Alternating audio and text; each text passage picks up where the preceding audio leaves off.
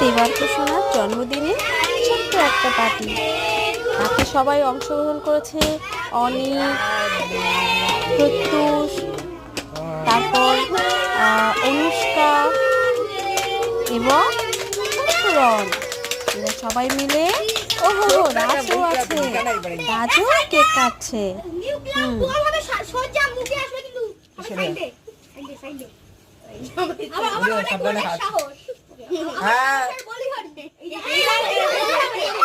ভাই সরে যাও।